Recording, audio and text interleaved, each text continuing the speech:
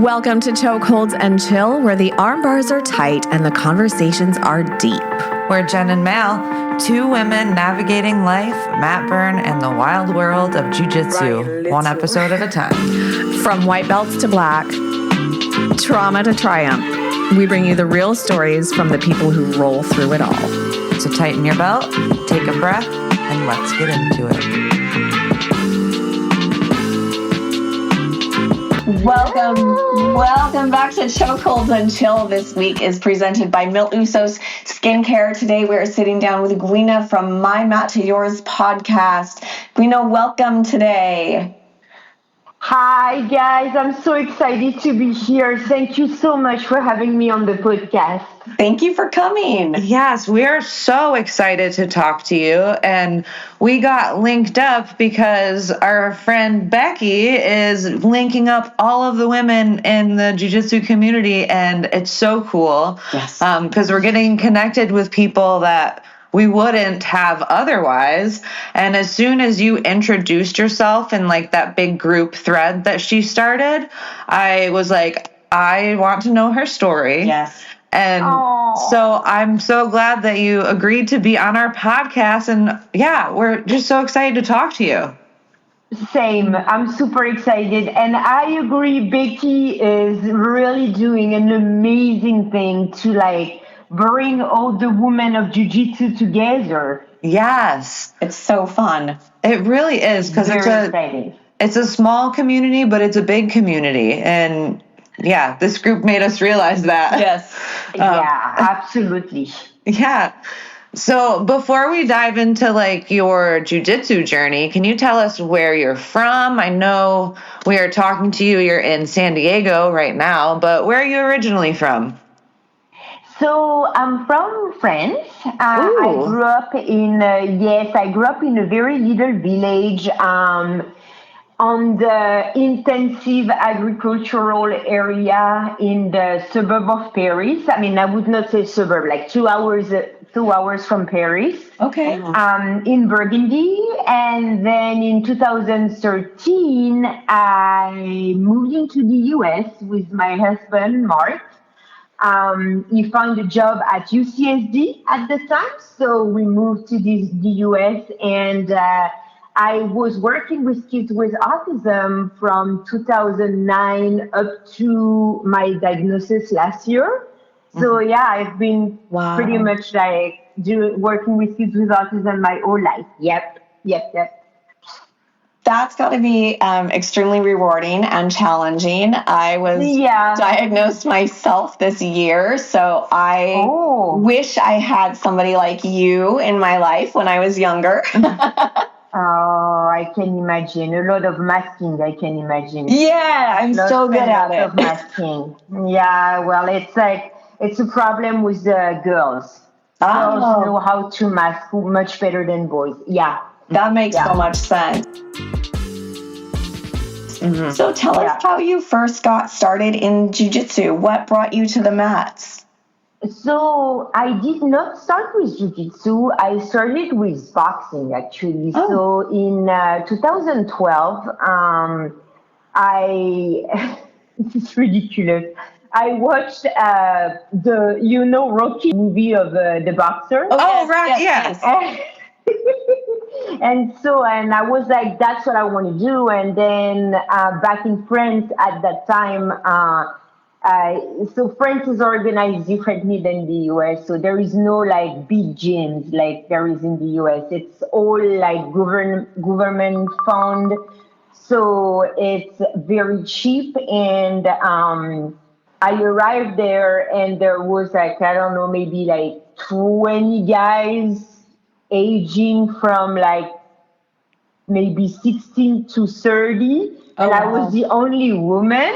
So what I say to everyone is like, to be taken seriously at the beginning, I just did not talk to anyone. Mm-hmm. Yeah. So I was entering, I was shadowboxing, I was listening to my coach, and then the only moment where I would check gloves is when we were sparring. So I did that for a year, and then in 2013 we moved into the US, and it was not possible for me to do boxing because it was too expensive. Oh, yeah. So a month of boxing in a place called the Boxing Club was more expensive than a year of boxing in France. Wow. And when I arrived in the boxing gym, the first thing they asked me is like, "Oh, how much weight do you want to lose?" And I was like, "I don't want to lose weight. I want to compete. I want to like." It was more of a fitness. And then I had the pleasure to meet my coach, who was starting his gym, and he was in his backyard, so it was way cheaper. And then I moved with him when he opens his gym. I was his coach, one of his coach, and I was preparing for a fight, and I hurt myself. And so I was going to go to another gym to do Muay Thai, and I turned my head to the Jiu Jitsu mat, and I was like, that's what I want to do, and I never left since then. So 2000, I think it was in 2018 was when I started, yeah. Are you currently training or are you on hold? No, so I'm on hold since a year. So I've been diagnosed with metastatic breast cancer with a tumor as big as 6 centimeters last year. Wow. And so the thing is, like, first you're in chemo and your blood cells count are not high enough to be in an environment like jiu-jitsu, where there is like physical contact and like people are sweating and stuff. If there is one minor cut, you have no immune system to help you. Yeah. And then I got surgery. So I got surgery, and so then after I had to recover from surgery. And then why exactly? So I was in radiation, and the last week of radiation, I felt a bump again under my armpit. And so everybody was like, "Oh, it cannot be cancer. It cannot grow in treatment and stuff." And it happened to be cancer. So I had to go back in square one, basically. Wow. But before that, I wanted to mention I was very, very involved. So I was training at 10th Planet Oceanside, and I was super involved with the women team. Awesome. To grow the women team, and like it has always been my goal, like to be a facilitator for women to train, either it was a woman who starts or a woman who preps a competition and needs someone to be her yoke, kind of. So yeah. That's so cool. I mean, the women supporting women is a powerful thing, but women in jiu-jitsu supporting women in jiu-jitsu, it's so important. It's so important. It's so awesome that you helped build that community. All right, hold up a second. Quick Mil Usos appreciation break. If you train, sweat, and actually care about what you're putting on your face and what your face looks like after, Mil Usos. That's it. That's the ad. So how long were you training? So I know you started training in 2018. When were you diagnosed initially? So I was diagnosed in November of 2024. Okay, so you were training fairly consistently for like 5-6 years before that? Yeah. Okay. I just took a year off because I had a boy. I had my son. Oh, congrats. Yes, I had my son in 2019, the end of 2019. I trained a good part of my pregnancy, but then after it was COVID time. Yes. And so I was feeling a little worried about training, having a baby at home, because I don't know if you remember, but at the very first, we didn't really know how it would affect kids. Yeah, it was very scary. Yeah, so it was like, for me, as you say, it was very scary. I did not know, so I was like, I'm not gonna risk it. No. I'm not gonna risk it. So, but yeah, so fairly, like, I was training consistently. Um, I mean, having a full-time job and being a mom at the same time, so it's not like I was training every day, but yeah, I was going maybe once or twice a week before I got my diagnosis. Yeah. Okay. So when you got your diagnosis, so was this like a routine, like mammogram or checkup that you had, or did you find a bump and make an appointment? Yeah, so I found a bump, and they found a bump under my armpit, and at first everybody was like, "Oh, that's nothing. That must just be like an infected lymph node." And that thing was growing and like really rapidly growing, actually. Yeah. And so then I changed doctor, and the doctor was like, what is that? Like, I want you into an MRI right now, like tomorrow. And it's crazy how things can go very fast when they're scared of what it is. Yeah. So for like 3 months, they were like, it's nothing. And I had appointments like 3 months apart and stuff. I lost a lot of time, actually. And then when they figure out that it was something, then everything goes very quickly. So you get your diagnostic today after you see your team of oncology team, and then 2 weeks after they start the chemo, it went very, very fast. Very fast. Yeah. What did that feel like, finding like everything going so slow and then so quickly all at once? It's so the way, for me, what happened is I what I did at the time, and that I still have to remind myself once in a while, is like, okay, what is the worst case scenario that can happen? And then you're like, okay, maybe I am not going to make it. And I'm like, it's kind of like, you have to kind of like make peace with it, kind of. Okay. In order to fight. So for me, it was really a question of like, so my priority was my son. So that's the part. If my son was not here, it would probably be a little easier. Right. And at the same time, it would maybe be harder. I don't know. I mean, it's like, for me, my main concern, like, right away, was my son. It's like, when my husband and we sat down with like the doctor, and the doctor was like telling us about the thing, and we were like, but what about Paul? Like, is he's gonna see me without hair, and then like he's gonna, like, I didn't know how chemo would look like, right? I was like trying to protect him as much as possible, like telling him the truth about what I was experiencing.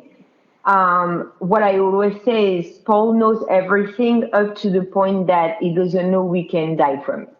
Pretty much. Yeah. And the first time I got the cancer, it was kind of like, it was hard for a couple of days, and then you have all like the appointment, everything goes fast, and you're like, we're beating that shit. Like, it's like, Yeah. but it's like, we're beating it. Like, I was going to chemo exactly in the same mindset that I was having when I was starting to roll. I was like, we're here to win.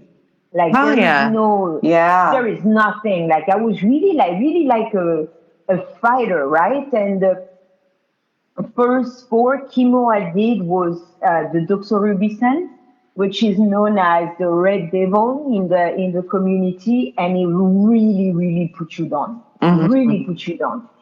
But you know what? You're down, but then after like 5 days after, you're back up, and then the week after, I was like spending all my time with my son and doing stuff, and then I was like, okay, I go back on Monday, and it's easy when the protocol is very well defined and you see the beginning at the end. It's way harder today to not know what's going to happen.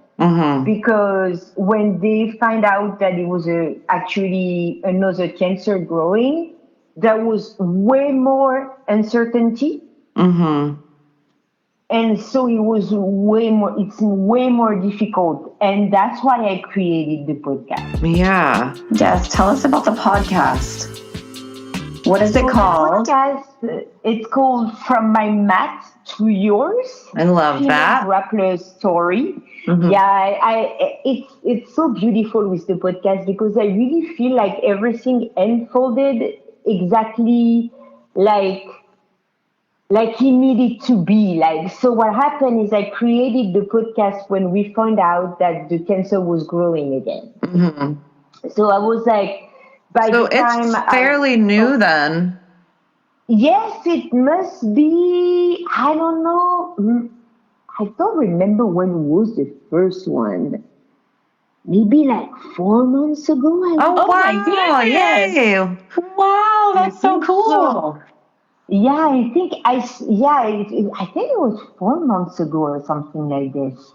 And I just really, I enjoy your interviews so much. I love the way that you interview people. I think your style is just it's relaxing and it's nice and it's very good. I love that.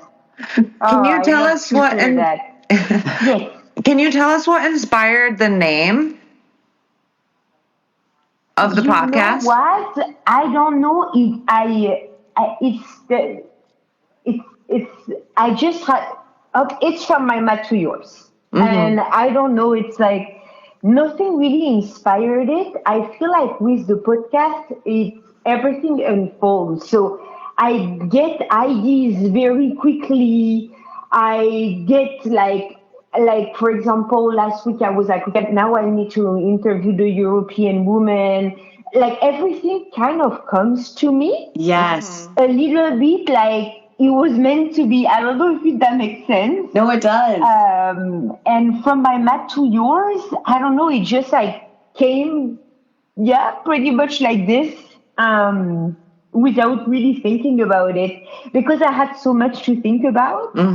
So then I feel like the podcast was really my outlet, right? And the idea though behind the podcast is because I really helping other women in the community was really what I wanted to do, what I was going to do with my Jiu Jitsu. And I was like, okay, the cancer is taking it away from me, but I don't want the cancer to win.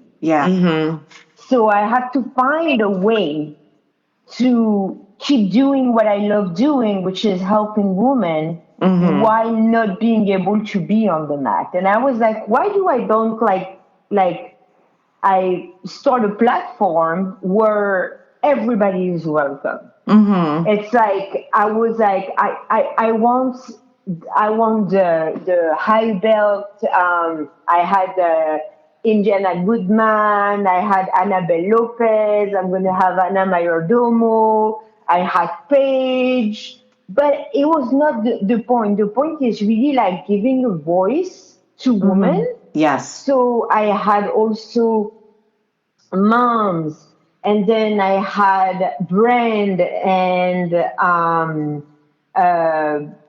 like personal trainers and all the women that a little bit like the Jitera group is. Yes.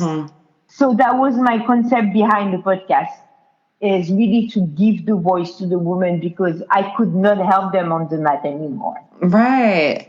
Yeah. And like ultimately I think like it's about connection, and like right now you're not able to connect with them like physically necessarily how you would want to. So you're still getting that like emotional, mental connection.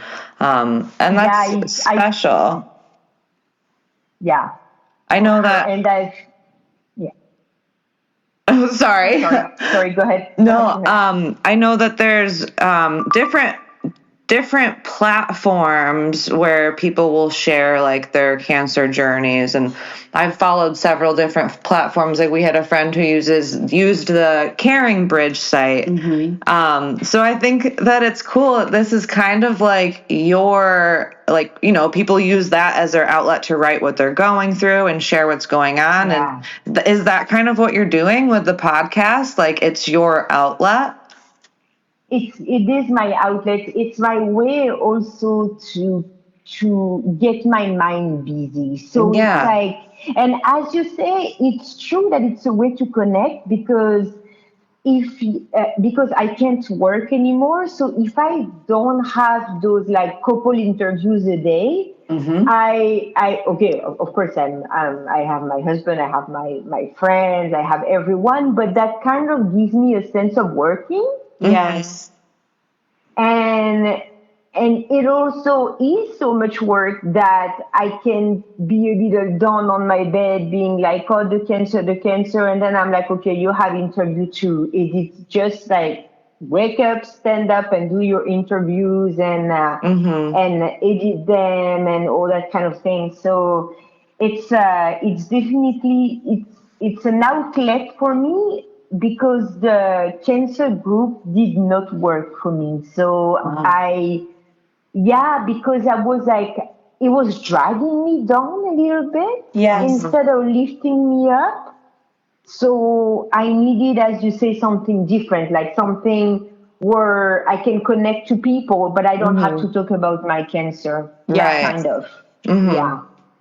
I think that's so special because you can take so much away from everybody's stories. And I mean, that's why we love doing this podcast, because you know people so well. Like I say all the time, the people that you train with, you literally have their sweat in your mouth, but you don't even know, you don't even know what their job is. Yeah. Like it's kind of bizarre to think about. So I love like this podcasting community where you can learn what these people, like what their life is like on the outside. And, you know, with stories like yours, like so many people can relate to that.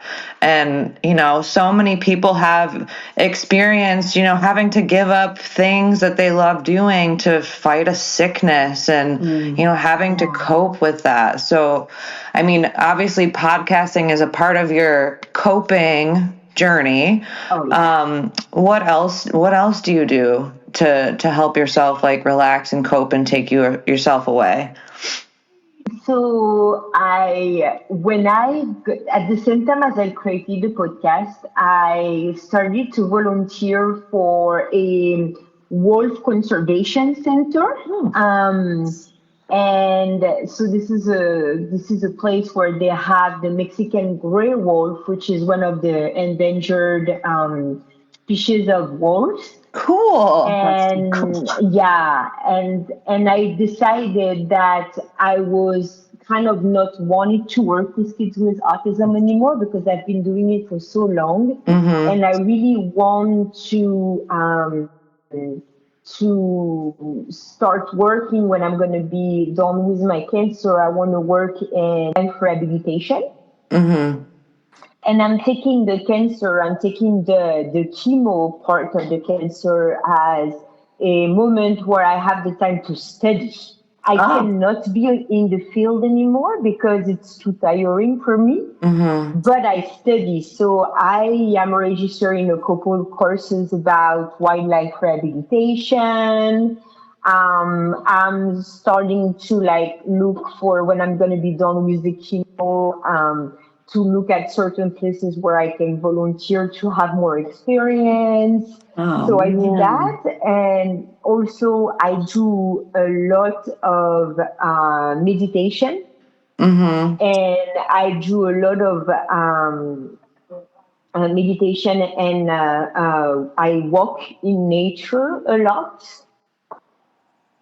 Those are my two way of like kind of coping with the cancer, but the podcast takes so much time. It's a lot of work. It is a lot of work. So it's like and spending time with the family, like that sensation that you have when you find out that your life can be taken away from you. Yes. You really treasure, like I fall asleep looking at my son asleep, like just being there and looking at him and being like, I'm with you, like Yes. everything take a different taste. Everything has a different taste when it can be taken away from you. Right. So nature becomes more beautiful and your husband becomes even more close to you and your son is your life. I mean, it's like, yeah, it kind of like open your eyes to the beauty, like how your life is actually very beautiful. Yeah. We just take so much for granted. And unfortunately, it's sometimes the worst situations that really like changes your outlook and you're like, whoa, shit, this is not, this is not guaranteed. Tomorrow's not guaranteed. So I think it's really cool that you're, putting yourself out there and connecting to people and making the most of every day. So that's so cool. What's been your favorite episode so far? You said you had several interviews a day. I have several now. So I started, so of course, like interviewing someone like Paige Yvette. Yes. Which was a great episode. First, it was my first. Oh, it was? My very first. Yeah, it was my first. It was not the first out because, but it was my first. And it's true that she is like, for me, she is just like that bubbly, like beautiful person that really wants to help the community. So Paige definitely is one of my favorites. Then Liz Carmouche is for me a masterpiece because she talks about so many things and she's so used to be in interviews and podcasts that you really like her interview is really beautiful. And I love them so much. All of them, I love them so much. I love my young prodigies. So now I'm trying to interview the young prodigies, so the girls that are on their way, like the 11, 13, sometimes there is going to be a 5-year-old here and there. Oh my God. That's awesome. The young prodigies, it's really fun. And it's all about what I like about the young prodigies is like that gives me an idea of what we want. You guys, me, Becky from Milusos, and everyone wants the community to be more fair towards women jiu-jitsu. Like I heard a story today. I was like, what? Like in one of the competition, there was a cash prize, and it was a competition with people that were 13 years old, and the guy were paid twice what the girl got. What? Oh, that's so gross.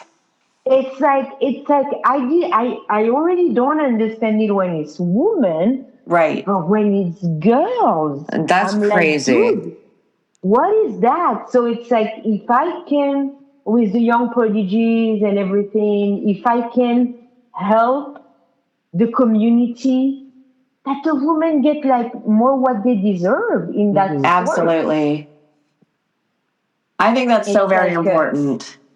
Yeah. And when you listen to the young prodigies, you're like, how can you be so mature? Can you remember yourself at the same age? And I was like, oh man, I was not mature like that at that time. No. At all. I think jiu-jitsu and martial arts really they really challenge kids and it helps them mature and grow up. Now, how old is your son now? He's 5. Does he do any jiu-jitsu at all? Absolutely not. No. No, I tried many times. I tried many times. I failed. He doesn't That's like it. so funny. That's okay. Maybe He he'll come doesn't around like to it it at on his all. own. Maybe you see, like Sarah Galvao, she started with like not being in jiu-jitsu at first. From what I understood, she was doing dancing, and then now she's like one of the best. So I don't know. I think he will go with what makes him happy, and right now it's soccer. So I'm like, Oh, there you go. it's good. Yeah. That's Yeah. Soccer is so fun at that age too. I love watching them. Oh, me too. Me too. So cute. It's so cute. So I know that you're not training right now, and so really you're like focusing on yourself and your treatment and your podcast and all that. Now you haven't trained at the same time as you've had this podcast going. No. So how do you see that balance working out when you do get back on the mats? Because it's hard. I don't know because I don't know how it's gonna unfold because hopefully I will find a full time. I mean, I don't think I'm gonna work full time anymore. Mm-hmm. I do hope that when I'm gonna be able to train again, I might make a little money out of the podcast. I'm also trying to do my Reiki practitioner because I would love to be a Reiki practitioner as well. Cool. So I hope I'm going to be able to make my own schedule. However, if I have a 8 to 5 job, and I have to train and do the podcast, it's going to be complicated. That's a lot. And then be a mom and a wife. Yeah. And being a mom, and no, I think it's going to be complicated. I don't know yet. I don't know. I think you'll find a groove. Yeah, I will find a way. It's like once you get through all of this stuff you're dealing with, the rest is going to be a breeze, you know? That I feel like it. I feel like everything is like, okay, that's fine. I'm finding the solution for that. And for that, it's easy. Yeah. So I don't know. I don't know yet how I'm gonna do that. It'll be a to be determined. Get the follow-up episode. To be very determined. Yep, absolutely. Yeah. Do you feel like you've learned a lot since you started your podcast? No, yeah. And I learned a lot of like something that I absolutely did not know how to do. So I'm good at connecting with people, but all the technique part, all those things is like I have no clue. It's like I started like I didn't even start I want the young prodigies to have their is it Twitter? No, what is it? What's the name of it? Is it Twitter? You think that is good for the kids? I don't remember. But anyway, so it's like I want to transfer them to one of those social media platform, and you see, I don't even remember the name of it. So oh, you're fine. so yeah. Oh, and also something that really was important that became very important to me, and I think it's something you guys like to hear. So when I started the mini clips, because I started mini clips of the interview, and so people could hear the interview. Oh yes. I was finding that mini clips after mini clips didn't look good. So I partnered up with a bunch. I don't even know how many I have now, but I partnered up with like a lot of women-owned brand. So I could get their design. So, so for them, I post their design. So that gives them the exposure. Then, so I make a post, and then I make a story, and then on the story I put a link to their shop. And then I was doing that for them, but it was also because I wanted my feed to kind of look good. Yes. and like one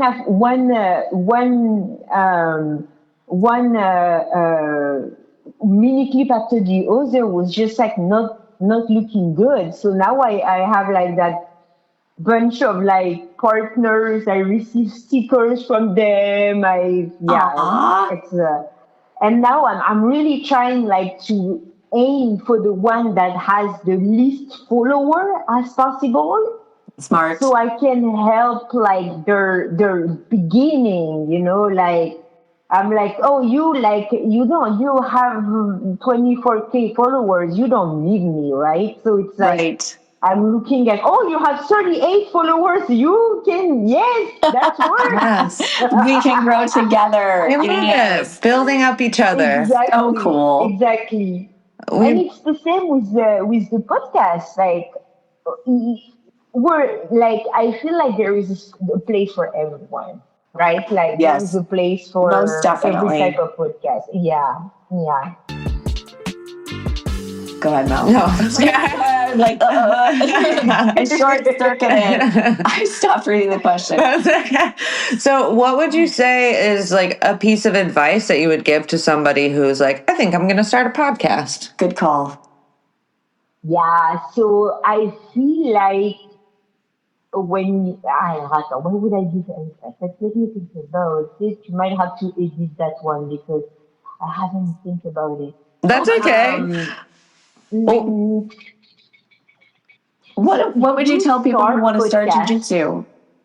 Oh, people that want to start jiu-jitsu. Yeah. So I definitely, out of martial arts, the first things that I took is the self-confidence. So I have the impression that since I started boxing, I can walk wherever I want. Not because I have the tool. Of course, I won't have the tool to like defend myself if there is like 5% that wants to attack me, but I have the confidence in me that makes the people not being like, okay, I should probably not deal with that woman because she looks like she knows what she's doing, right? Yes. So there is that.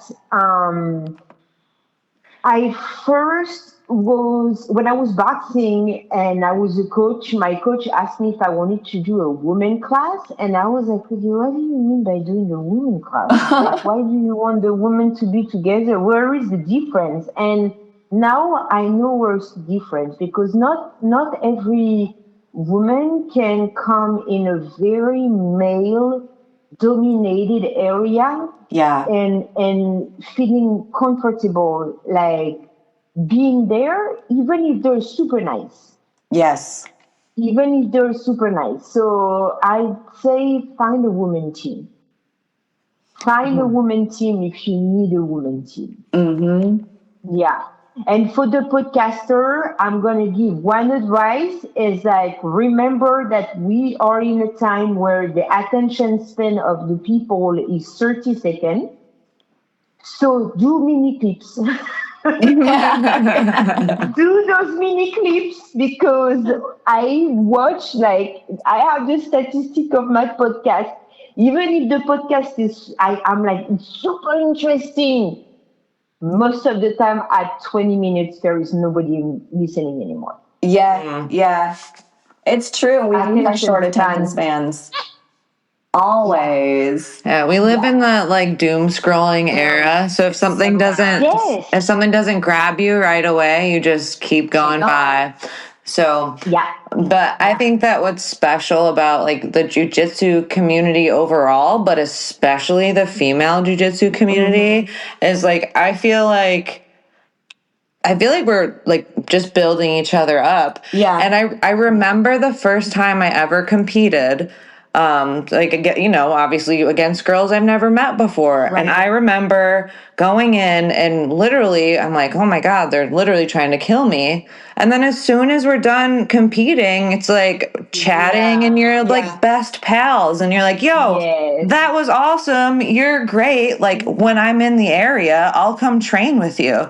So it's just like, I love the jiu-jitsu community because yes, we're trying to choke each other out, but we are also trying to lift each other up. Yeah. And build such a force of women who can like walk down the street and feel safe, get in their car and drive home and not have to look in the back seat and under the car every single time they get in. Like this is what we're doing is the more doors we open and the more women that we show jiu-jitsu to, the safer the world will become for us. Right. And you having a podcast where you are putting women up on this pedestal to, give them a platform to share their stories and you sharing your story and everything that you're going through. So gracious. Yeah. Can we actually talk a little bit more about what your like day to day, what your treatment is looking like these days? So right now, so what happened is when my cancer grew back in radiation, my surgeon, who is absolutely amazing, she looked at me and she said, "Nobody can take care of you in scripts. We are a family hospital. You need to go and see the best of the world because we will not be able to help you without them." So she sent me into MD Anderson in Texas. And I arrived in MD Anderson, and I was like sure that they're gonna be like, "Oh, I know this. It's only this," and it's absolutely not what happened. So even at MD Anderson, everybody freaked out. It was a very, very, very hard time. So it's like everybody, even they were like, what is this? Like, it's like, we don't understand this. And then they put it, they did like a couple meeting with like 20 breast oncologists and stuff to talk about anyway, but it's complicated. And so they defined a new treatment. So my treatment is that I have immunotherapy together with chemotherapy. So for example, tomorrow, so it's going by cycle of 3 weeks. On the first week, I receive immunotherapy and chemotherapy. On the second week, I receive chemotherapy. And then on the third week, I have nothing. Okay. Yeah. Oh, sorry, tell me. Oh no, you're okay. Is usually that third week the week that you have off? Are you feeling good that week, or is it really like a recovery? Usually I feel good. Okay. Usually I feel good. I don't know how long I will feel good that week. I have to start off again. So I pretty much would say I will do that for 18 weeks. And usually it looks like that. So you get in chemo on Monday. Monday is fine. And then Tuesday afternoon, the side effects are kicking. Okay. And you have side effect for 2 days. So for 2 days, you're pretty much like a mess. But I'm still trying to like go for a 10-minute walk. Well, you do whatever you can to survive that part. Yeah. It's like, and then after that, I'm like, I don't interview, but I can edit episodes and everything, and I can do stuff a little bit, and so that's the plan. So it's like for the podcast and my family life, the 2 days where I have side effect, now I decided I'm going to family friends just because I don't want to put a mask on in front of my son. Yes. So on the last chemo, I was like playing with him 1 hour in the evening. I was the one preparing him in the morning and stuff. But this time, because it's the second chemo I get in less than a year, I'm a real mess. and I don't want to have to put a mask on. So I just go to some friends. They have a thing downstairs. They have a room downstairs, and I just like I. Too funny. I think I meditate for 2 days. Oh yeah. I'm in pain, but it's kind of like it has a very meditative kind of like feeling. Yeah. And then I feel better, and then my life start over. I volunteer at my son's school, and blah blah blah. I edit, and on the third week, I do my interviews. Okay. So when I do the interviews on the third week, to catch up, I do 1 to 2 interview every day, Wow. and I still have a wait list. Yes. It's like, and I still have a wait list. So that's going to be that. So my everyday life is pretty much like that right now. So, and then after that, I will probably go back to surgery. But the problem is that one of the tumor grow on the scar of the last surgery. Oh. Ugh. Wow. Like this cancer is just like, it's just a little bad guy, like everything annoying he does. Yeah, it sounds Everything frustrating. annoying he does. Like another tumor, so I have 5 tumor under my armpit. The other tumor attached to a muscle. Oh, so it's like adhered and I'm so sorry. No, it's okay. And so the surgeon of San Diego is like, no, I don't want to do that because she might lose the mobility of her arm. Yeah. So yeah, so that's going to be that, and hopefully, normally I will not have radiotherapy. So that's pretty much it. Okay. That's pretty much it. Yeah, I have a lot of helps from friends that bring Good. meals when I'm sick and stuff. So that's really like having a good group of people that support you is really, really nice. Really nice. Yeah. Yeah, lots of, for sure. And then you're building this whole other community Yes. of women. And it's amazing how, like, the most terrible things, like breast cancer diagnosis, how that can bring so many people together. And so many people Yeah. can, like, Yeah. relate to that. And That's true. and I've known, like, I work with people who have cancer all the time. And I feel like, Because it's your job, right? yeah. So yes, I'm a lymphedema therapist, and the primary cause of lymphedema in the United States is after breast cancer treatment. So I do tend to get a lot of women, who are either going through breast cancer treatment or they've survived breast cancer treatment.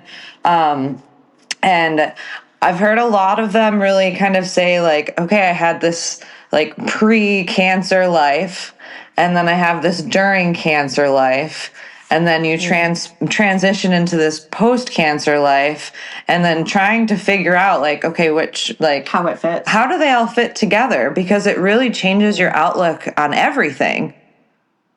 Yeah. Yeah, Sure. I mean, I don't know about the post life, but the pre and the cancer life is changing massively the way you're thinking. Yeah. That's going to be an extreme challenge of, like, you sound like a person who likes to plan things, Yes. but you can't, you literally cannot, right? Yeah, so it's like that's the slap in the face I took on the second one, because the first one I was like, okay, I'm doing that and then it's over.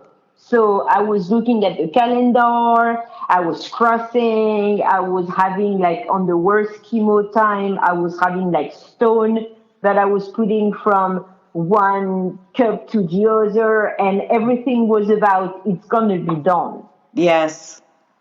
And then it's not done. And then you approach things very differently. Yes. Because then now it's like, is it gonna be forever? Right. Like, it's, you have that doubt of, like, just like last time I was pondering on how does it feel? I don't remember how it feels like to not have your life threatened.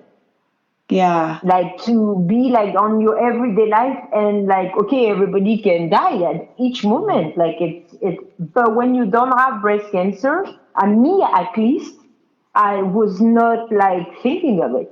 Right. I was like, and then I was like, I just wish I could wake up one morning and being like, okay, I'm safe, Yes. you know? A But lot of it feelings is of what it is. instability. Exactly. But Yeah. this is what it is. And to be honest with you, like the way I approach cancer is like really like, I don't know if it's right or not, but it's, you're not going to take the best out of me. Like Yeah. I'm going to continue interviewing women. I'm gonna be a wildlife rehabilitator, and more than that, like I'm gonna enjoy the time with my husband and my son. Like, Yes. and my friends and my families and everything. But it's like I'm gonna make the most out of that life no matter what. I love that. That's so awesome.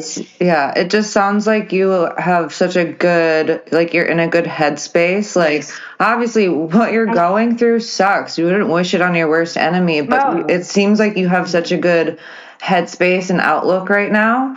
And I love that for you because that's hard, and I can't imagine going through what you're going through. And you're like you are making lemonade out of all the lemons, you know? And creating like this huge jiu-jitsu community on the backside. Yeah. It's a blessing for me to be able to have had the idea of the podcast and interviewing all those women and like and girls. Yes. And girls, you should. Oh, the girls, they're like, yes, because you need to go step by step. You cannot. It's like I'm like, how are you so? They're so smart. Mature.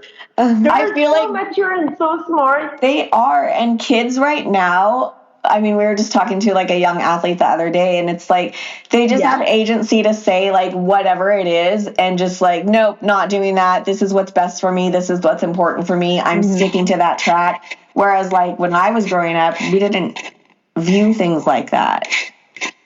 It's just more a lot like, you're a kid, be a kid. Yeah, I feel there is we kind of tell a lot of bad things about the generation. They don't want to work. Sorry, they don't want to work. They don't want to do this and that. And I feel like if you give them a passion, they're gonna be much better at it than we did. I agree.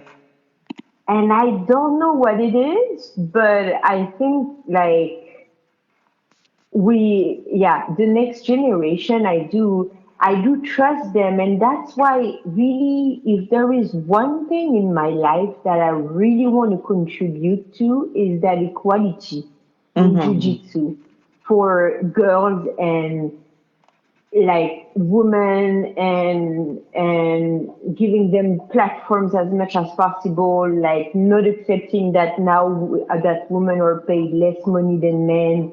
Like all that thing is really something that has a lot of I have a lot of love for that cause because I think it's hard to be a woman in a men-oriented sport. That's why we should make sure that it's not a men-oriented sport anymore. Yes, we are changing the rules. I love it. I think we are, and what Vicky is doing with the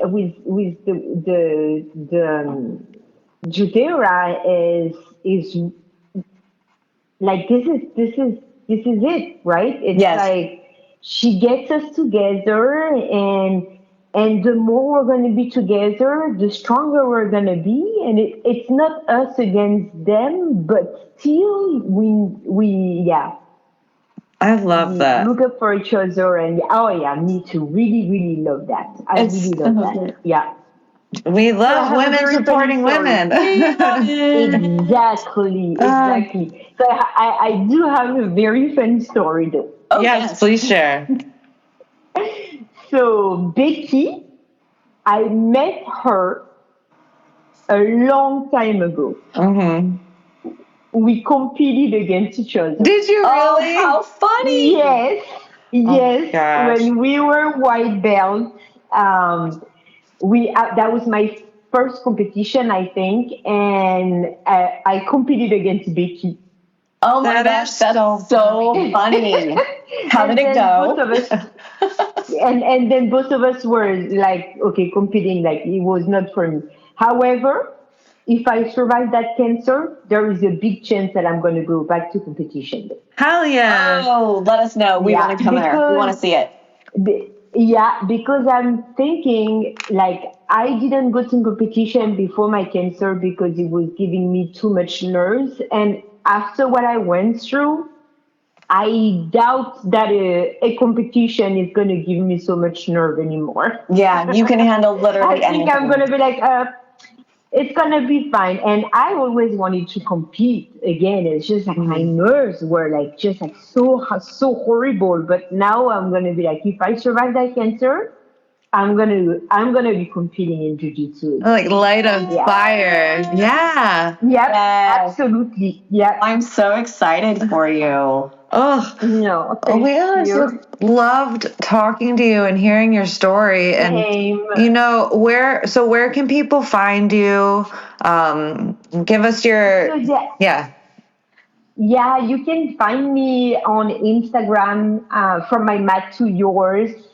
I am on all the like regular platform. I'm on Podbean, Spotify, Apple Podcasts, I think, and a couple more, but I don't remember which one.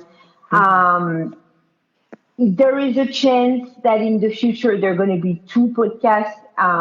One is going to be from my mat to yours, and the other one was initially for the prodigies. I wanted to call it "Teach Them Young to Be Strong." Oh, wow. But I like that. I don't know because they're so strong already. They were taught from a young age, right? I'm like, teach us to be strong almost. I'm like, There you so, go. yeah, Teach but, us yeah, to be strong. teach us to be strong, or I don't know, but I do still hope that there are going to be two podcasts at one point. So, yeah. That is so cool. Yeah. Yeah. I love it. And I am so grateful that you asked for an interview because it means a lot to share my story and that I don't know, it's very special for me. So Well, thank you so much. We appreciate you agreeing to be on and sharing your story because anytime. I think so many people can really find comfort and inspiration in your story. Yeah. And so we appreciate it so much. And say we like to before we say goodbye, we like to do some rapid fire questions. Are you down with that? Yes, Okay, I'm done. I love it. All right, first one, gi or no gi? No gi. What is your favorite submission? Arm bars. Yes. What is your least favorite submission to be stuck in? Over a naked choke. Oh, rear naked. Oh, yeah, that does. I hate that. What is your go-to post-competition meal? Acai. Yeah. Acai. Same. Classic. So good every time. Classic. It is a classic. If you could only have one type of pasta shape for the rest of your life, what pasta shape would it be? What is it? Like would it be like rigatoni or spaghetti? Penne. Penny. Penny. I think that's a good choice. That's my favorite. That's only the second time I've asked that, but the first time I asked, somebody said bow tie, and I'm like that.